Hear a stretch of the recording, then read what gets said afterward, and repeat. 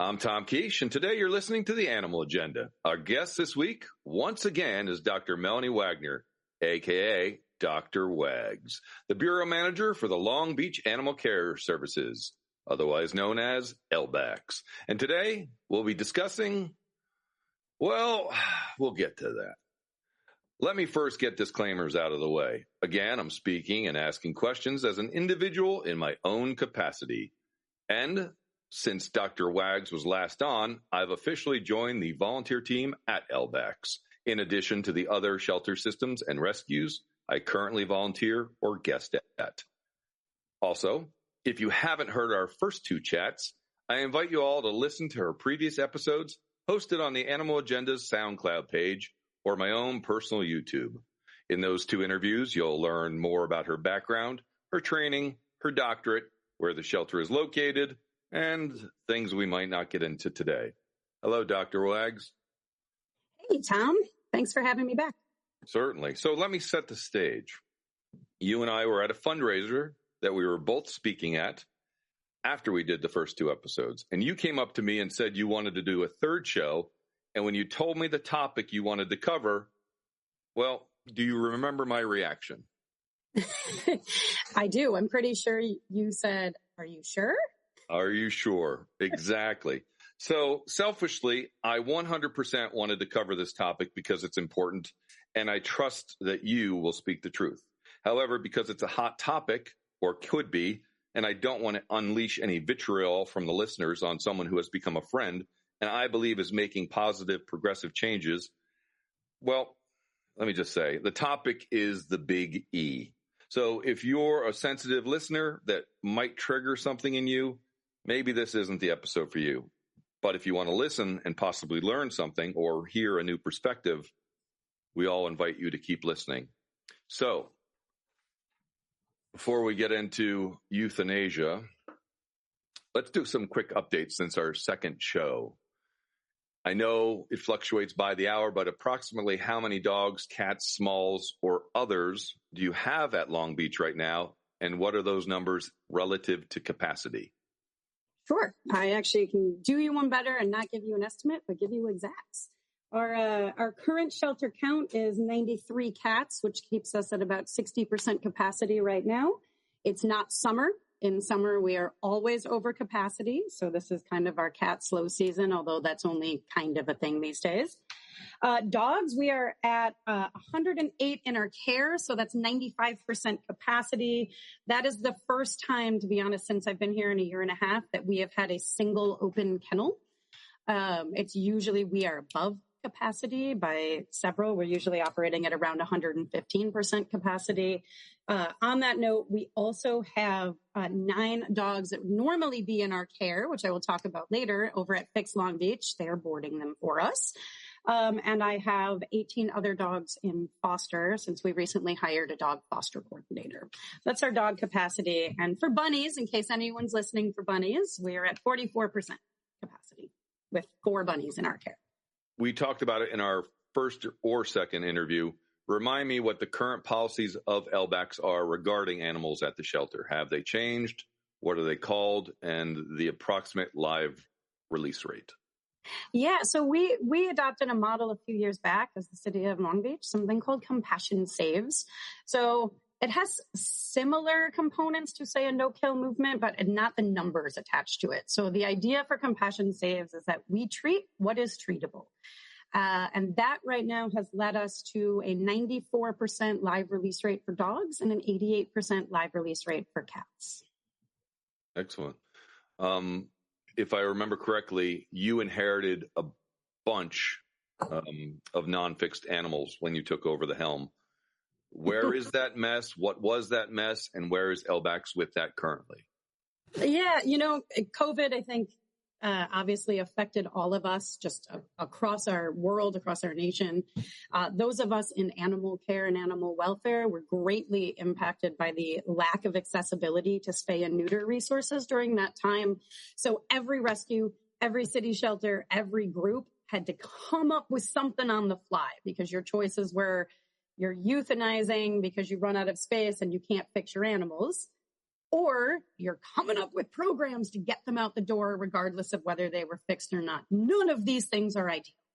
And so when I came here, we were kind of on the tail end of coming off of COVID, and we're still into 2023 having limited access for spay and neuter resources. So we had about 1,600 animals outstanding in our community that had left the shelter that needed spay and neuter resources. So what we did is we brought in some mobile units and some different groups and we sent out a survey to all 1,600 families. We emailed, we called multiple times over several months saying that we will pay for those surgeries, help them set up those dates. We had some public clinics near us that gave us some good rates and some mobile clinics that came on site. And I am actually happy to report that as of last Tuesday, we have officially cleared that list. So we have caught up. For those listening, that is 1,600 possible baby puppy making factories that are not going to be making puppies at this point forward. So what is that possible impact on not only Long Beach, but other shelters in the area? I mean, our crisis across the nation right now is just too many animals, not enough outcomes. And to me, the long-term strategy, right? And if we're going to be talking about euthanasia later, a lot of that comes from just too many animals being too long in our shelter, too many coming in. And the cure to that is fixing everything. Spay and neuter everything. We also previously discussed how LBACS was attempting to increase its width of scope, hoping for more community, volunteer, and rescue involvement. What are your updates with that? Yeah, we've done a few things. I believe last time we chatted, either our volunteer program had just reopened or was still closed and in the process of reopening. We wanted to revamp our system. We did. We hired a volunteer coordinator. We now have 2 volunteer orientations on site every month, trying to recruit new volunteers. We have a pretty cool program coming up starting in January that I don't want to discuss too much, but it is called our RISC program. That stands for Rescuing Incentives for Sheltering Compassionately.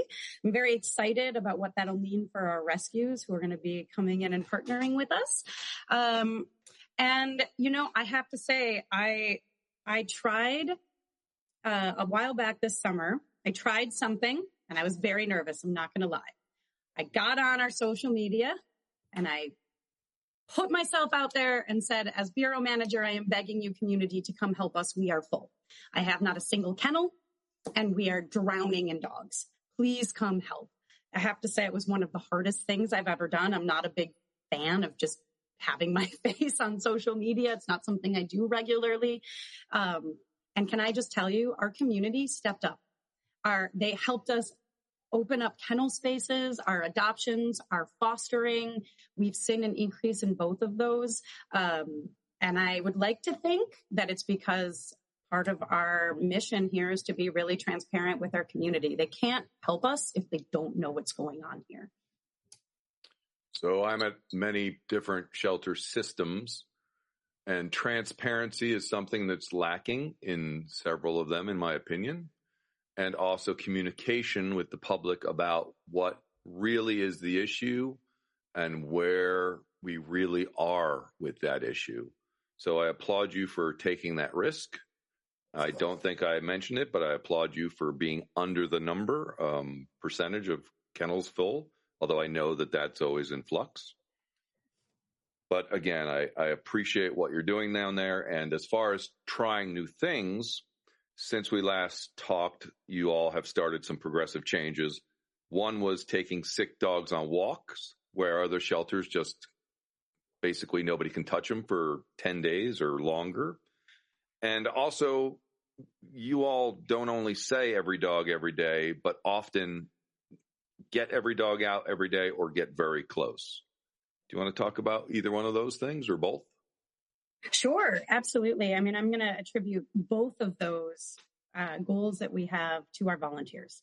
Our volunteers are an incredible group of people. Once a month, we get on a volunteer Zoom call. Everyone can join if they want to. They're recorded for people to watch later.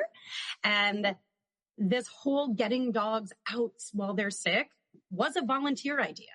All I had to do was listen, figure out the way we can get it done, and then say yes.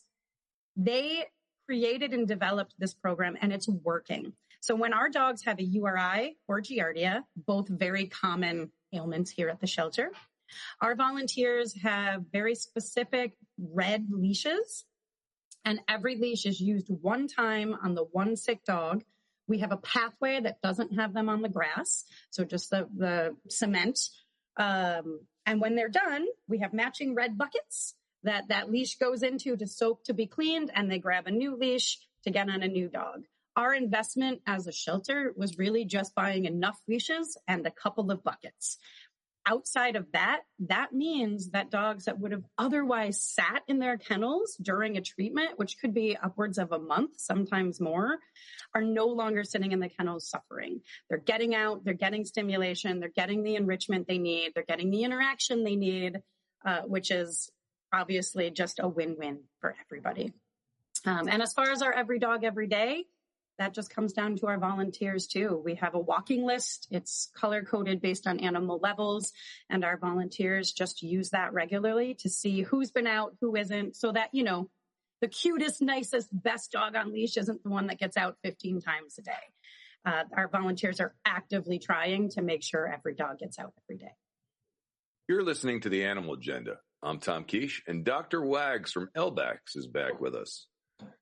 Before we shift gears and talk about what you came up to me at that fundraiser to talk about, let me just follow up with the last thing you said.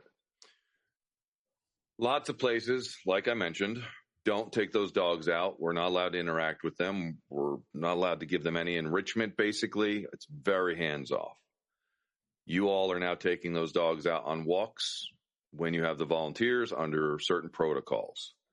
The question that maybe someone in another system will ask is, well, what is the spread of the disease, more or less or the same if they were just locked for 10 days or longer? What's the spread? Is it better? Is it worse? Is it the same? For us, it's been the same. We have not seen an increase. URIs are going to spread. Giardia is already in existence everywhere here, because you can have a dog that carries Giardia and has no symptoms that could have spread it somewhere and you don't know. So at this point, it's the exact same rate. We see the same, but we are seeing that our dogs are not deteriorating in the kennel. And we also know that stress impacts illness. So sitting in a kennel being stressed is actually going to lengthen your amount of treatment time. I am giving the thumbs up off the radio, obviously, but yeah, I agree 100%. Okay, let's go back to that conversation at that fundraiser. You came up to me and said, Tom, I want to do a third show. I want to talk about euthanasia on the radio. You're up. What do you want to talk about? Thanks, Tom. I appreciate this. Thanks for giving me the opportunity to talk about this. Euthanasia is something that in our shelters we face regularly, and it's probably one of the hardest conversations to have, but I think it is one of the most important conversations to have. We, as a shelter, live in a state of emergency, right? There are always emergencies coming in our doors, always. Hit by car dogs, hit by car cats, broken legs, broken pelvises, eyeballs busting out of their heads. And I say this because these are the most common things that we see. Those are true emergencies. But we also have a whole host of other animals in our shelter and in our care that aren't emergencies yet. Right? And when I'm specifically talking here as a trainer and someone who can see dogs deteriorating in kennels, because a year is just too dang long for anything to live in a kennel. And sometimes for some of our dogs, 2 weeks is too long. A month is too long. And so one of the things that I kind of just wanted to talk about, and I don't have the answers to this, but it's something that has really been kind of like picking at me since I started. So I came from nonprofit, right? I was a rescue that pulled from shelters. And now I work in municipal and I have these rescue partners that pull from us. And one of these things that I've seen is what I like to call this wall of divisiveness. And we are all complicit in it. And how it works is this. We as a shelter say, well, we're going to give this animal a date. It now needs to be euthanized if you don't take it. And then a nonprofit has to swoop in and take it, right? And then the community donates to that rescue for taking that animal. The outcome of that cycle is multifaceted. One, it puts all this pressure on shelters to become the bad guys, to be easy targets to be called the bad guys.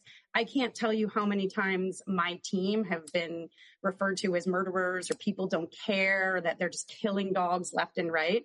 And we have a high live release rate. Can you imagine what it would be like if we had a much lower live release rate? Even with a 94% live release rate, we are still getting those kinds of comments.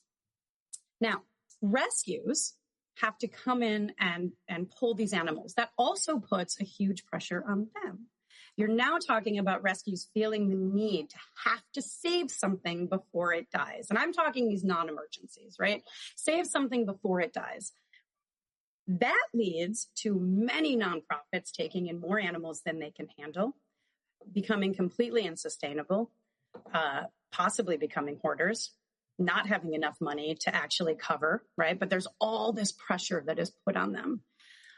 What I would like to see in this world that we live in of animal welfare, the systemic problem of so many animals coming in and not enough space and not enough outcomes at a fast enough rate, I would like to see our narrative change a little bit. I would like to be able to say, and so, I was going to say the reason I call this a wall of divisiveness is because I feel like every time this happens, that a shelter gets called a murderer or a rescue pulls a dog that they can't really sustain, but they feel like they have to or something's going to die, we put these brick in a wall. And we keep building this wall around and between all of us, between our community, between our rescues, between our shelter. And what I'd like to change is that narrative where we can pull those bricks out instead and start building these much stronger relationships. So I'll give you an example. Parvo. Parvo kills puppies. Anyone who has rescued dogs knows that when dogs come into our shelter, we can't treat them here. It puts our entire population at risk. The way most places handle Parvo is to say, end of day, those animals will be euthanized if somebody doesn't come. And that's fair. That is fair. A shelter has to make that choice, but they don't want to. No one wants to do that. So what we've done is we now have a protocol in place. Parvo comes into our shelter.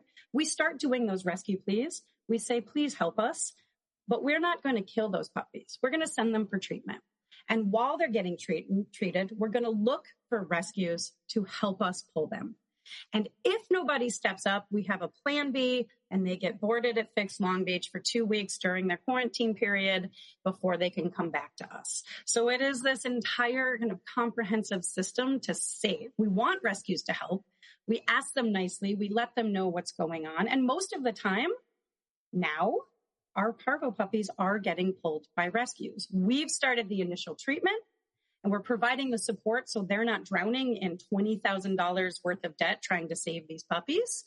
But at the end of the day, just like this bucket of 8 puppies we got 3 days ago that all had Parvo, they're being saved, but the pressure hasn't been on my staff to be puppy murderers or the rescues to drown in debt. We are working collectively to make sure that these lives are saved. And that's the kind of narrative I would like to eventually have about euthanasia. Tom, I just wanted to point out one of the things I really appreciate about you is how you put this messaging out there, right? On your social media channels, you talk about real things. These dogs are in danger at the shelter, but it's a systemic issue. And people have to spay and neuter, and they have to step up, and they have to adopt, and they have to foster, and rescues need to partner, and we need to work together instead of it being this blame game. But you are one of the few. You're listening to The Animal Agenda, I'm Tom Kiesche, and we're speaking with Dr. Melanie Wagner from LBACS, Long Beach Animal Care Services. We've been talking about euthanasia, and we're going to continue that in this show. So thank you for the compliments or props, but all I do is speak my truth in a way that respects what other people are doing in the community and in the systems. Like you've said, there's no one that wants to put these dogs down, but there's also, in my opinion, some responsibility to having an animal in a kennel for, I've seen it up to 3+ years. And there was a dog at one of the shelters I volunteered. And this is the question I ask people all the time. If you knew a dog was going to stay in a kennel for 3+ years and only get on a walk every 2 or 3 weeks, and then that dog would go out and go into training for 6 weeks, and then go into a home for 6 months and then die from natural causes, would you have had that dog have that same timeline and path? Or would it have been more compassionate and humane to have put that dog down at 6 months? And even the most staunch people against euthanasia, and everyone's against euthanasia, but it's the only answer some systems seem to have. So again, I thank you for being on. We're not wrapping up quite yet, but it's a challenging topic. What do you think the timeline of an animal at a shelter should be? And I ask that knowing that there's no answer for every single animal. You know, there really isn't an exact science to it. I think it is more about understanding the animals that we work with. It's more about understanding the species and dogs. It's even more about understanding the breed. I am a cattle dog mom, and every time we get a cattle dog into our shelter, that cattle dog is in my office because I know that the time frame for that breed in a kennel is very, very short.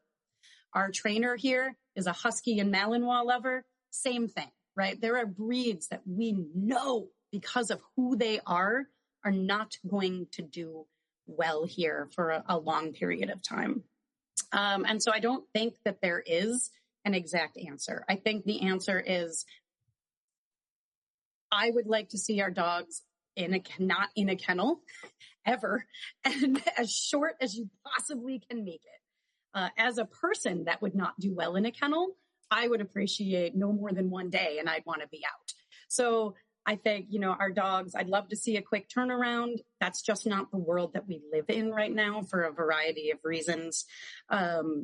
We are going to see a longer length of stay for dogs. I don't think we're out of this anytime soon. I think this is a crisis we are going to be in for a while as shelters.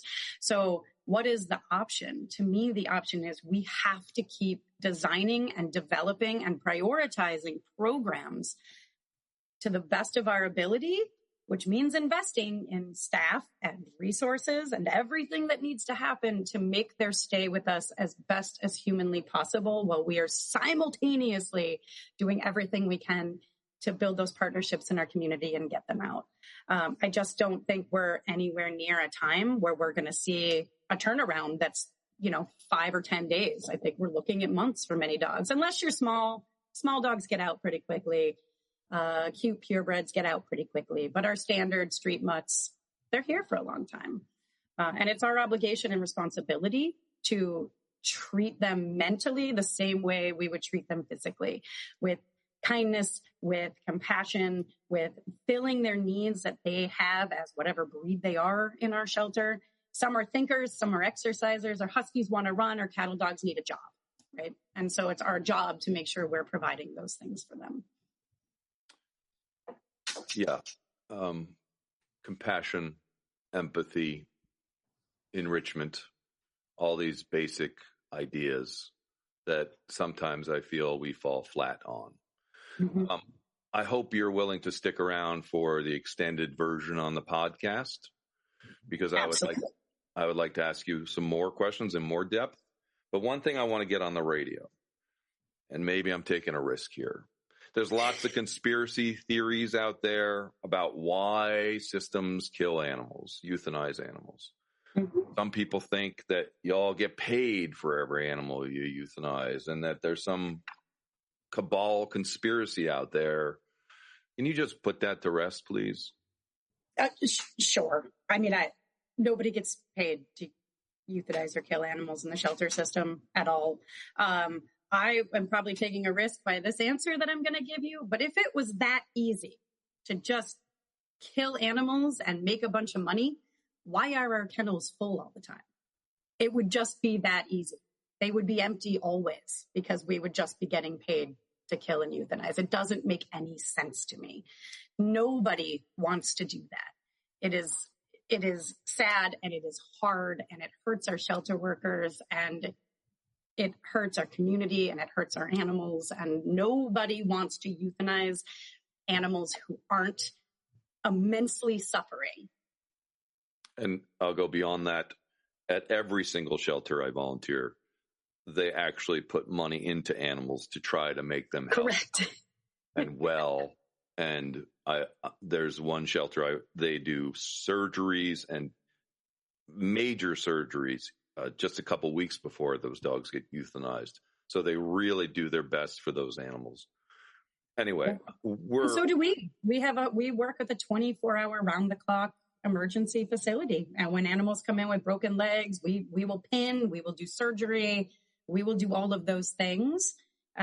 It's the aftercare that gets really challenging because things like having a dog in a cast in a kennel is very hard to keep dry so it heals. And that's where our rescues in our community have to come in. And I know you probably want to end this, but I just wanted to say, Tom, one of the things you've heard me say before, and I think it applies to euthanasia too, is this breadth versus depth concept. You can cast a wide net. We can help thousands of animals in a municipal shelter. Or you can cast a deep net and you can be that person that takes home an animal with a broken leg or who just had surgery or who needs that extra cage rest for the next 3 months that a shelter may not be able to provide. It is that breadth and depth. I can't have 100 animals in casts in my care at any given time, but I could have 100 people each take a dog in a city of 500,000 and impact 100 dogs' lives in a positive way. Let's just mix it up for a second. Do you have a favorite quote? I do have a favorite quote, actually, but out of context, it might not make a lot of sense.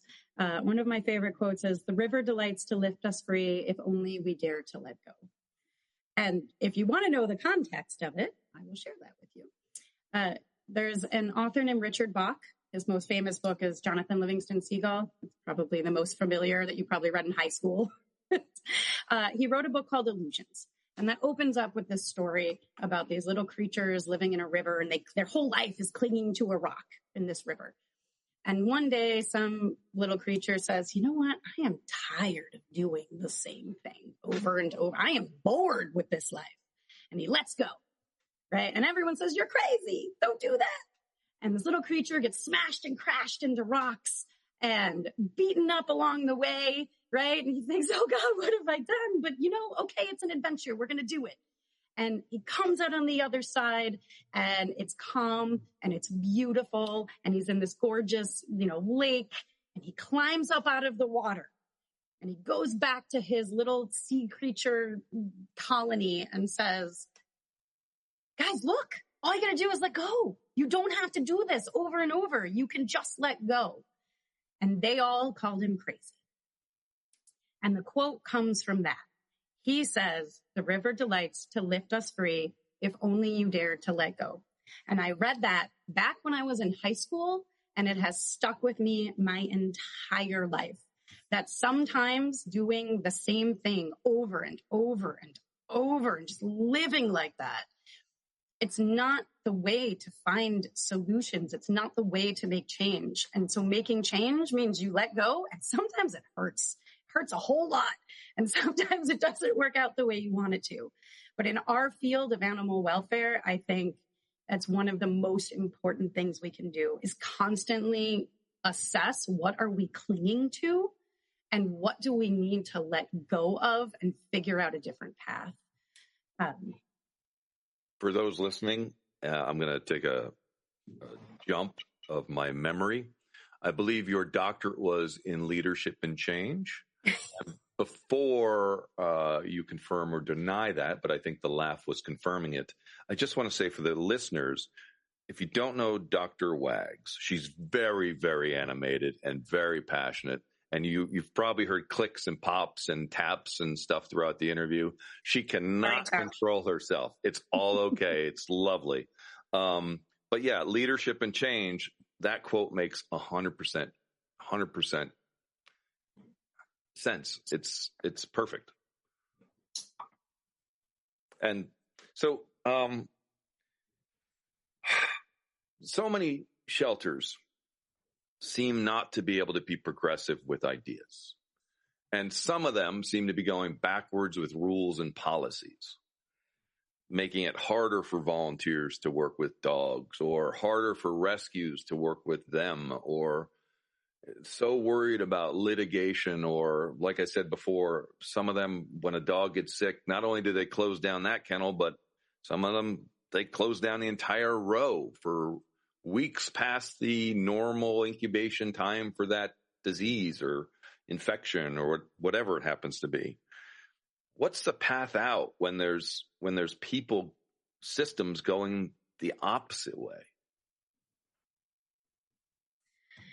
It's a really great question. I know for us at Long Beach, it has been a lot of communication, a lot of hard conversations, right? We didn't always have these pathways out for animals. And it's funny that you use the word pathways, because I did just want to kind of talk about something that we do here now once a week, every Tuesday. We have a pathways meeting. And it involves our operations team, it involves our medical team, it involves our animal care, our training, our cat team, our supervisors. And we all sit and we pull up all of our animals in our inventory, cats and dogs or otherwise, that need some kind of assistance, whether it is kennel deterioration, medical, they need some kind of assistance. And we talk about their pathway out. Is their pathway out a rescue only? Is it foster?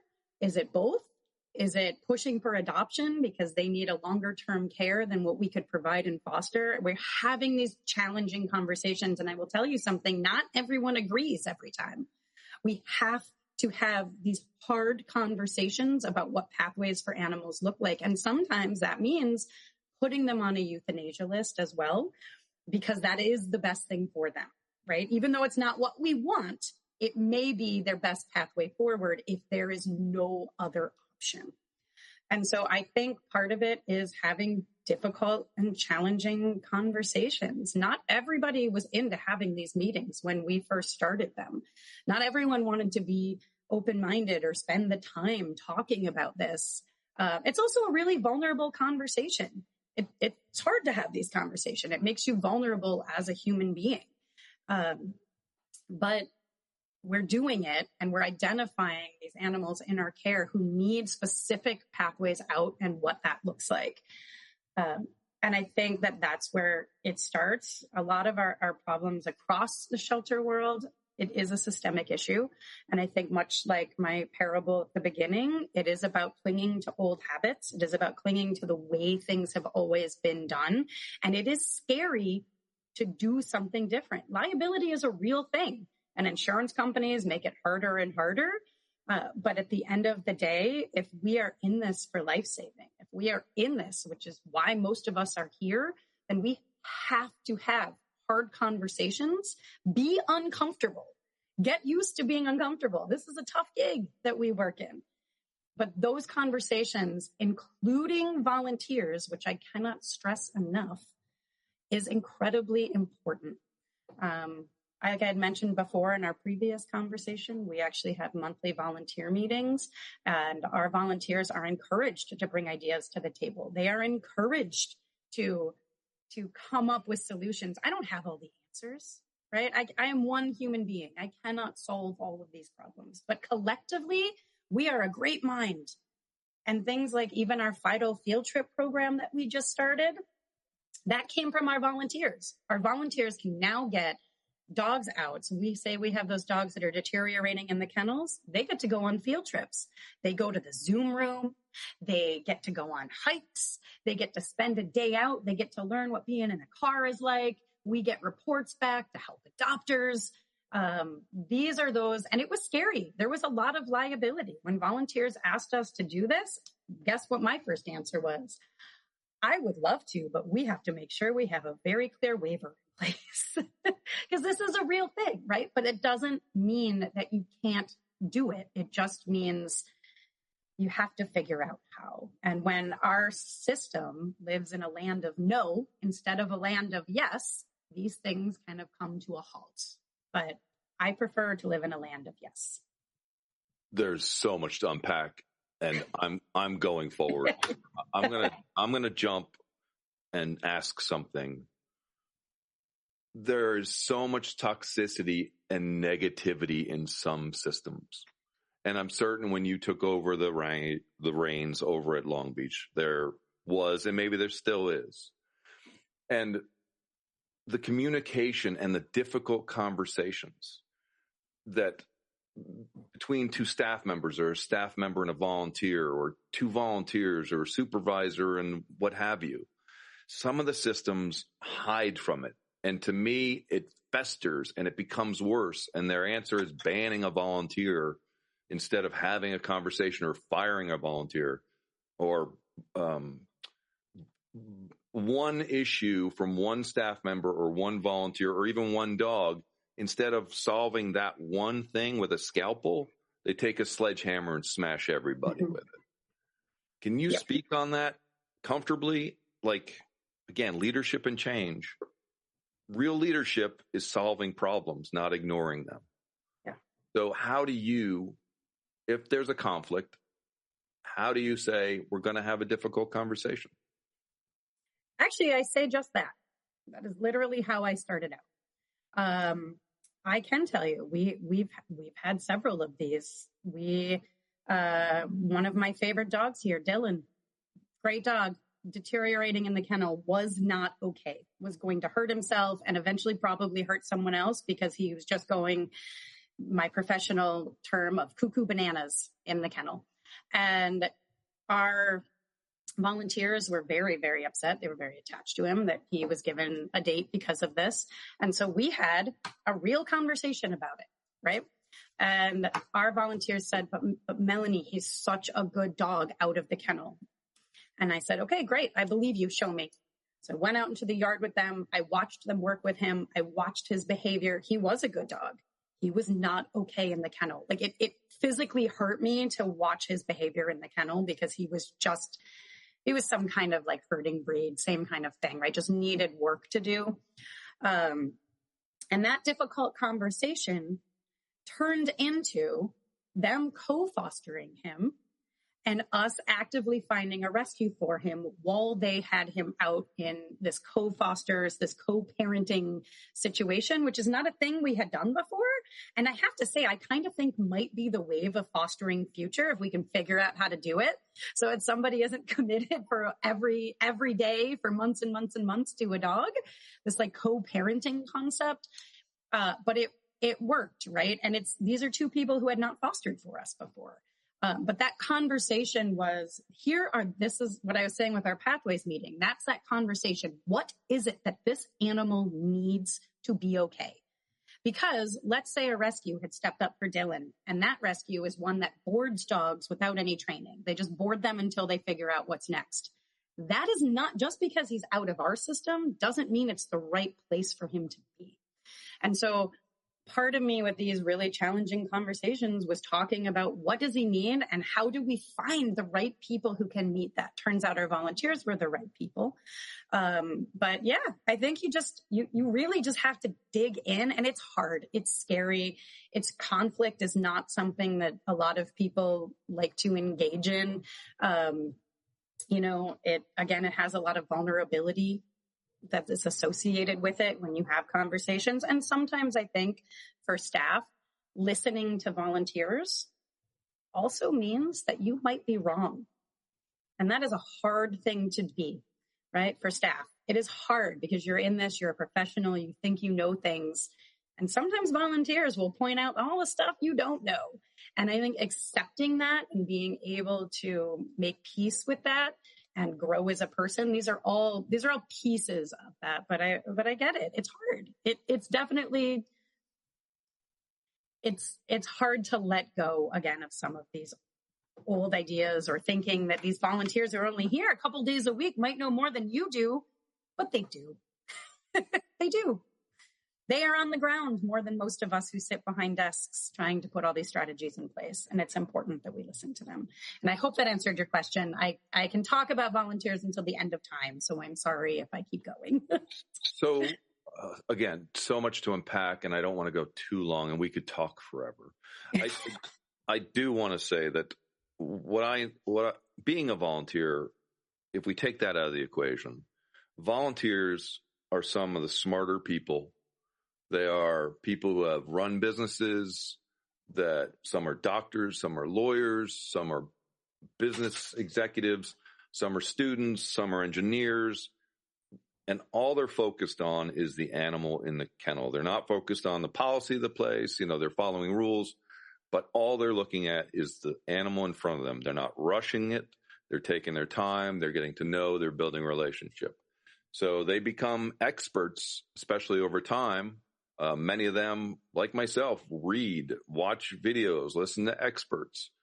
That's our passion. That's what we do. And it is a resource that, again, I wish more administration and more staff actually looked at them as the resource they are. And sometimes they know how to deal with animals different than the black and white rules of a place. And it's not right or wrong. It's just different and appropriate for that individual animal. And can I add to that, Tom? Of course. Not only are they a resource on site, they are also your voice. They are the voice of our LBACS volunteers, are the voice of our shelter, right? And so when we talk about things with them, like euthanasia or urgent list, recently we've actually changed our red list, which was the list for animals who are going to be euthanized. We're now calling it our emergency list, because red list just felt so icky to me that I do not like that name. So we now have an urgent list and an emergency list.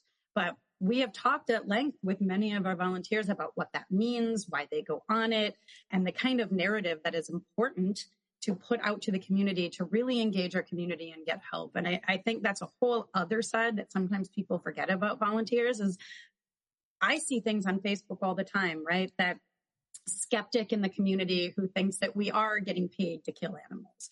If I go on and say something different than that, you're not going to believe me. I'm clearly getting paid, right? And so, but they are going to believe our volunteers. When our volunteers step forward and get to be a voice for the animals, for us, for our policies, for our progressiveness, it carries. Social media means something in this field, and our volunteers are on there being a voice for the shelter. And I just think that's so incredibly important. Again, it's so opposite some of the other systems that want to shut the volunteer voices down or off or limit them from speaking, instead of saying, hey, this is what we're talking about. What do you think? And acknowledging there is positiveness to it. So we need to end this. I guess we're coming up to 45 minutes, but we're going to end it with the question: what can the public do to help? Networkers, the public nearby your shelter, and the public way outside of Long Beach. Let's end it with that. What can people do to help? Sure. I mean, there's always the standard, right? Donate. Anyone can donate. But I would say our public here in Long Beach, I personally would like to, what is the word I'm looking for? Ask them, I have a challenge for the new year. It's 2025 New Year Challenge. Help one animal in your shelter system. Just one animal here in Long Beach. And we could extend that challenge to the whole city of LA. How many millions of people are in LA? Imagine if each one of them just helped one animal in the whole year. Just the impact that it could have in our system. So adopting, volunteering, fostering. If you are a public member who really can't stomach coming to the shelter, I appreciate that. I understand. I have a hard time ordering off the Cheesecake Factory menu because there's just so many things happening at once. So if you are that person, partner with a rescue. Find a rescue that you can work with to foster. There are a lot of avenues to get you in to help animals. And maybe you have some member of the public, maybe they have a skill that they never thought would make a difference. Are you a photographer? Well, our bio pictures help get animals adopted. Are you a writer? You could help us write some of our narratives and our stories. Do you sew? We used to have at Kitty Bungalow, people made little surgery sweaters out of socks for our cats. I mean, there are literally a million different things that you can do as a volunteer. I would say for networkers, help us spread our narrative. I had mentioned in the previous episode about really kind of changing how we speak about each other. This isn't about rescues being against shelters or shelters being against networkers.